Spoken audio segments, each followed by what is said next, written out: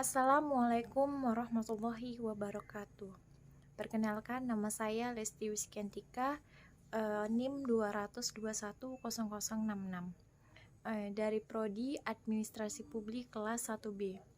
Di sini saya akan menjelaskan sedikit materi tentang pengambilan keputusan. Pengertian pengambilan keputusan.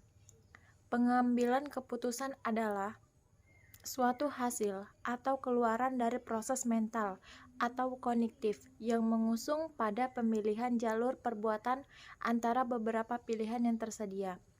Definisi lain dari pengambilan keputusan atau decision making yaitu suatu proses pemikiran dalam pemulihan dari beberapa alternatif atau kemungkinan yang paling sesuai dengan nilai atau tujuan individu untuk mendapatkan hasil atas solusi tentang prediksi ke depan. Selanjutnya yaitu ciri-ciri pengambilan keputusan. Berikut ini terdapat beberapa ciri-ciri pengambilan keputusan. Terdiri atas 1. Proses keputusan. Keputusan adalah suatu proses yang terus-menerus atau kontinu, sebab kalau tidak adanya suatu proses yang berkesinambungan berarti tidak adanya hubungan dengan keputusan tersebut.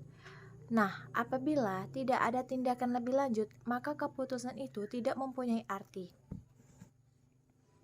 Yang kedua yaitu konsep ikatan.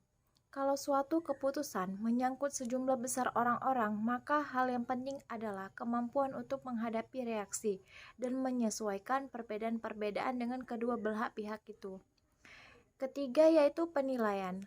Faktor penilaian di dalam pengambilan keputusan dapat dibedakan atas dua hal, yaitu pimpinan atau pengambil keputusan menghadapi suatu pertanyaan pilihan antara dua atau lebih alternatif, dan masalah daripada hasil keputusan itu sendiri yang telah diambil.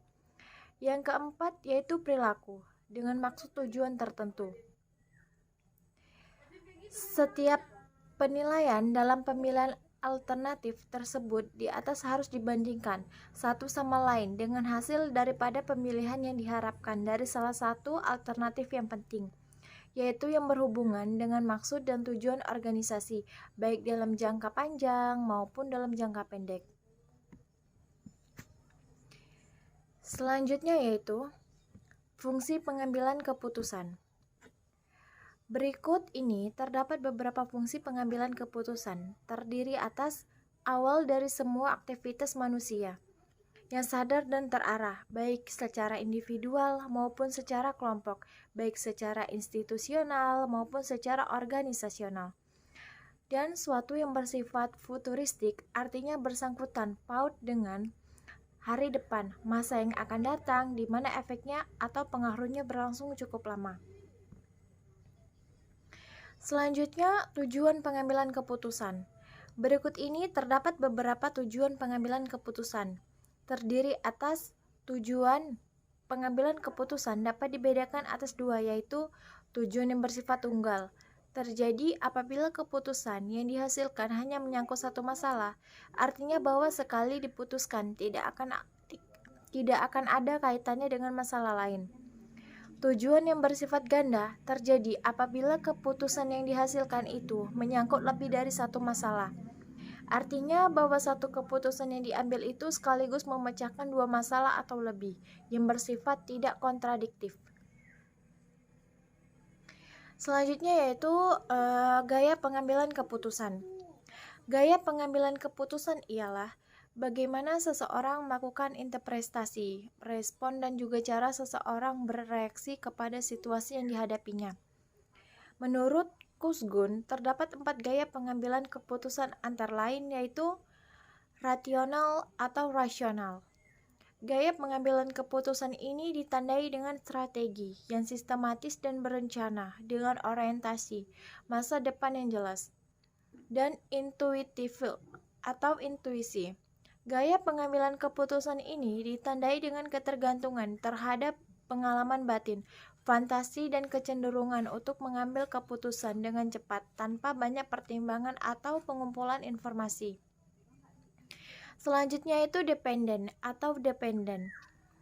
Gaya pengambilan keputusan ini menolak tanggung jawab terhadap pilihan mereka dan melibatkan tanggung jawab kepada orang lain. Dengan bahasa lain, gaya ini cenderung pada keputusan orang lain yang mereka anggap sebagai figur otoritas seperti orang tua, keluarga, dan teman. Selanjutnya yaitu keraguan. Gaya pengambilan keputusan ini lebih mengarah kepada menghindari situasi pengambilan keputusan atau tanggung jawab terhadap orang lain. Nah, selanjutnya itu ada juga pula proses pengambilan keputusan. Proses pengambilan keputusan menurut W.H. Neumann, pengambilan keputusan ini menyangkut 4 langkah atau tahap pokok, yaitu menentukan diagnosa dari masalah yang sebenarnya atau diagnose the problem properly. Selanjutnya, pikirkanlah satu atau lebih pemecahan yang baik atau concave of one or more good solution. Dan selanjutnya yaitu proyeksikan dan bandingkan konsekuensi daripada alternatif itu, atau project and compare the consequences of such alternative. Selanjutnya itu berilah penilaian perbedaan dari sejumlah konsekuensi itu dan pilihlah langkah tindakannya, atau evaluate the differences of consequences and series of a course of action. Selanjutnya itu menurut Herbert Asimon, proses pengambilan keputusan pada hakikatnya terdiri atas 3 langkah utama, yaitu kegiatan intelijen, menyangkut pencarian berbagai kondisi lingkungan yang diperlukan bagi keputusan. Kegiatan desain, tahap ini menyangkut pembuatan, pengembangan, dan penganalisaan berbagai rangkaian kegiatan yang mungkin dilakukan. Selanjutnya itu kegiatan pemilihan. Pemilihan serangkaian kegiatan tertentu dari alternatif yang tersedia. Selanjutnya yaitu menurut Elbing ada 5 langkah dalam proses pengambilan keputusan. Nah, yang pertama yaitu identifikasi dan diagnosis masalah. Yang kedua yaitu pengumpulan dan analisis data yang relevan. Yang ketiga pengembangan dan evaluasi alternatif. Dan selanjutnya itu pemilihan alternatif terbaik. Dan yang kelima yaitu implementasi keputusan dan evaluasi terhadap hasil-hasil. Selanjutnya yaitu tahapan pengambilan keputusan. Dalam proses pengambilan keputusan ada beberapa tahapan yang sering digunakan oleh para pemimpin, yaitu kewenangan tanpa diskusi atau authority rule without discussion. Yaitu metode pengambilan keputusan ini seringkali digunakan oleh para pemimpin otoraktik atau dalam kepemimpinan militer. Metode ini memiliki beberapa keuntungan, yaitu cepat dalam arti ketika organisasi tidak mempunyai waktu yang cukup untuk memutuskan apa yang harus dilakukan. Namun demikian, jika metode pengambilan keputusan ini terlalu sering digunakan, ia akan menimbulkan persoalan-persoalan seperti munculnya ketidakpercayaan para anggota organisasi terhadap keputusan yang ditentukan pimpinannya, karena mereka kurang bahkan tidak dilibatkan dalam proses pengambilan keputusan. Selanjutnya, pendapat ahli atau experts opinion. Kadang-kadang, seseorang anggota organisasi oleh anggota lainnya diberi predikat sebagai ahli atau expert, sehingga memungkinkannya memiliki kekuatan dan kekuasaan untuk membuat keputusan. Metode pengambilan keputusan ini akan bekerja dengan baik apabila seseorang anggota organisasi yang dianggap ahli tersebut memang benar-benar tidak diragukan lagi kemampuannya dalam hal tertentu oleh anggota lainnya. Selanjutnya yaitu kewenangan setelah diskusi atau authority lore after discussion show. Sifat otoraktik dalam pengambilan keputusan ini lebih sedikit apabila dibandingkan dengan metode yang pertama. Karena metode authority rule after discussion ini pertimbangkan pendapat atau opini lebih dari satu anggota organisasi dalam proses pengambilan keputusan. Nah, selanjutnya ada juga kesepakatan atau konsensus. Kesepakatan atau konsensus akan terjadi kalau semua anggota dari suatu organisasi mendukung keputusan yang diambil.